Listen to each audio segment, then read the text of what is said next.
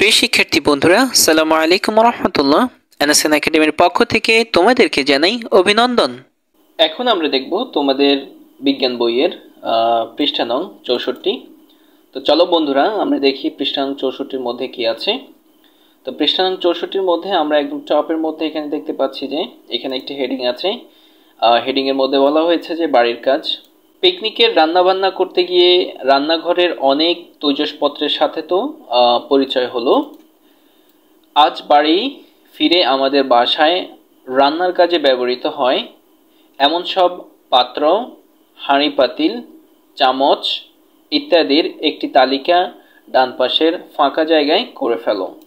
আচ্ছা, তার মানে হচ্ছে যে এখানে যেই কাজটি দিয়েছে সেটি হচ্ছে যে বাড়িতে গিয়ে তোমরা হচ্ছে যে এই ফাঁকা জায়গাটায় এই ফাঁকা জায়গাটায় হচ্ছে তোমাদেরকে কি করতে হবে, বাড়িতে গিয়ে বা এমন সব পাত্র বা হচ্ছে হাঁড়ি পাতিল বা হচ্ছে যে চামচ যেগুলো হচ্ছে যে রান্নার কাজে ব্যবহৃত হয় ইত্যাদির একটি তালিকা হচ্ছে যে এই জায়গাগুলোতে এটাতে আমাদেরকে লিপিবদ্ধ করতে হবে। তো মোটামুটি আমরা একটু বুঝতে পেরেছি।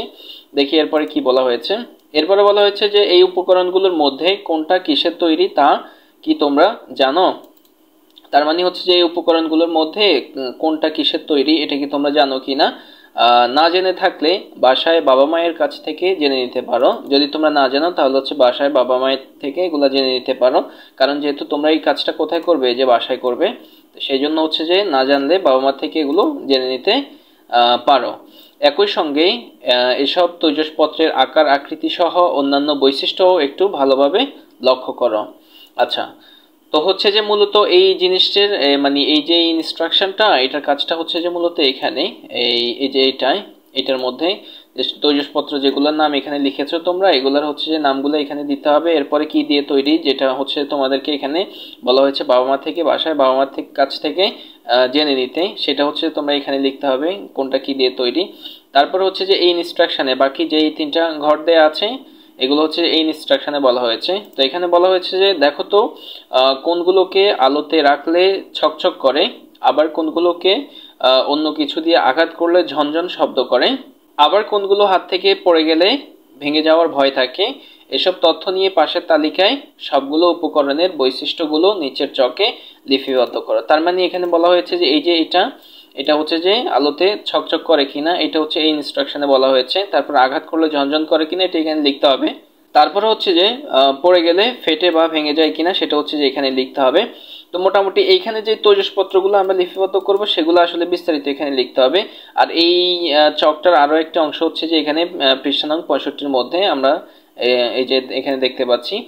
তো মোটামুটি হচ্ছে যে ডিয়ার স্টুডেন্টস, আমরা এটা এখন করব না, এই চকটা এখন করব না, কারণ হচ্ছে যে এটা হচ্ছে আমরা আমাদের পেজ নাম্বার 65-র সাথে করব।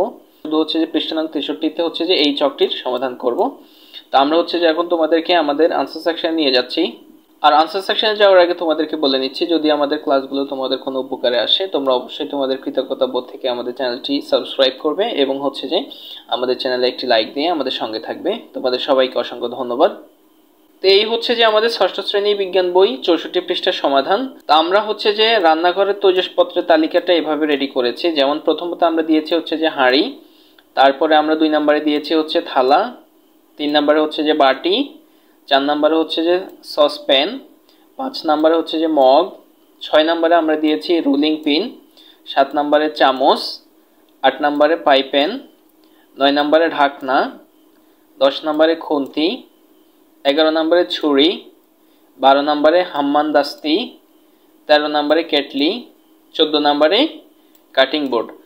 সো ডিয়ার স্টুডেন্টস, মোটামুটি এই ছিল আমাদের 64 পৃষ্ঠার সমাধান। আর হচ্ছে 64 পৃষ্ঠার যেই নিচের যেই চকটি, এটা হচ্ছে যে আমরা আমাদের 65 পৃষ্ঠার সমাধানের সাথে দিব। তো আমাদের সঙ্গে থাকার জন্য তোমাদেরকে অসংখ্য ধন্যবাদ।